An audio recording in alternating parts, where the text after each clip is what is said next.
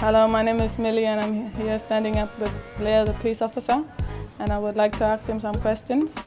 What is a seatbelt good for? No seatbelt means you're going through the windshield, and then we'll find you down the road somewhere where you splatter down the road. Got to wear a seatbelt, otherwise if you have an accident at any more than about 20-30 k's an hour, then you'll be through the windshield and you'll get killed. Got to wear them. Okay. Got to wear them. What is the best part of your job? You know, when you girls see policemen, and a lot of times you see police, you might see the police arresting people, telling people off, pulling cars over. Well, that's not really my job. My job is to try and teach you what the law says, so as you get older, you understand what the rules are, and you don't get pulled over, and you don't get told off by the police. So the best part of my job is making sure that you kids, as you grow up, are smart, and you're strong, and you're independent, and you don't make the same mistakes that some of the older people make. What's the worst part of your job? Well, my job as a youth officer, the worst part about my job is coming into work in the morning at 6 o'clock and seeing that I've got 5, 6, 7, 8 kids all in the lockup. Every morning I come in and there's kids in the lockup and they're all in the cells and they're all sleeping or sitting around together.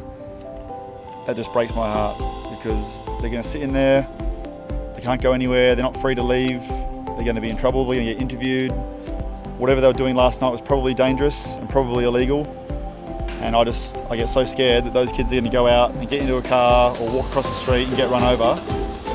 And, you know, I worry. When I finish work, I'll worry about you kids, you know, about all the kids that walk around.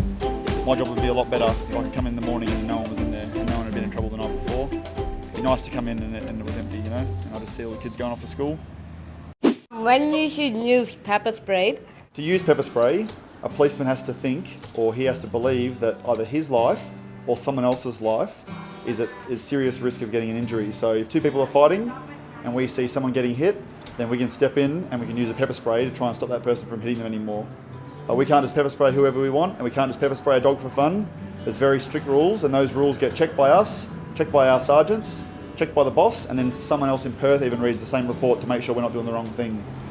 What do you think of young kids doing drugs? The worst things about, or the things that I'm upset about with kids doing drugs is that one, maybe they're upset in the first place, which I'm worried about, and two, they're bored. So we need to get them back into some good positive stuff, like back into school, back into footy, netball, basketball, whatever.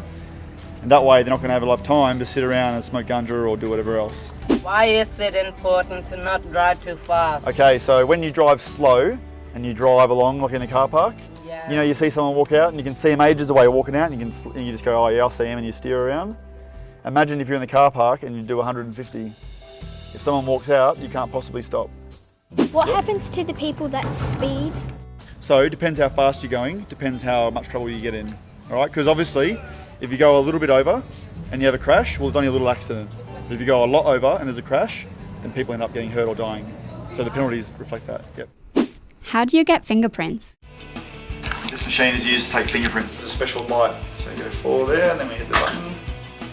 I'm not sure if you know how fingerprints work, but no one has the same fingerprint. You can see here, see that line goes on there on your finger and it turns into two.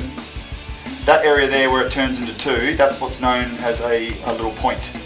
Right, so they make a little mark there, and it goes along, and then see how it stops? That's another point. Thank you, Blair, for answering all our questions. It was so interesting. Yep, no worries at all. Thanks a lot for coming down. Yeah. Sweet. Nice.